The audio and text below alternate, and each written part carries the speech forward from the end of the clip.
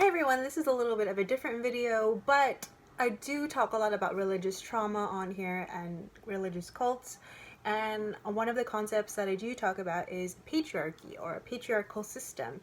Now, when I say patriarchal system, we usually are referring to a system that is order and hierarchically based. So it's not egalitarian. So when we talk about a patriarchal system, let's take the context of religion, for example.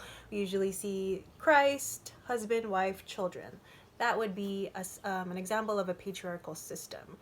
Now, I consider myself to be a feminist, and when I think of feminism, there's different waves of feminism, but I hold on to the root value of feminism, which is equal opportunity for all genders, all races, all religions, right? We all have the equal opportunity to pursue an education, to open up a bank account, to vote. All of these things were, they didn't exist prior to the civil rights movement and the women's rights movement. And, unfortunately, in the United States, there's always going to be discrimination and there's always going to be racism.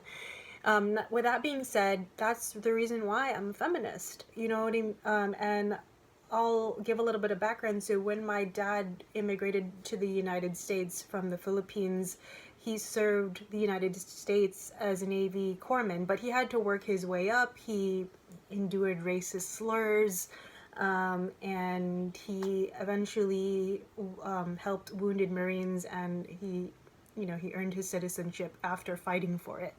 And that's why I believe in feminism. Now, feminism isn't just about women's rights, it's about equal rights for everybody, everyone that's oppressed, everyone that's marginalized. And that includes, Asians. Like, my father served in the American Navy and was called a monkey.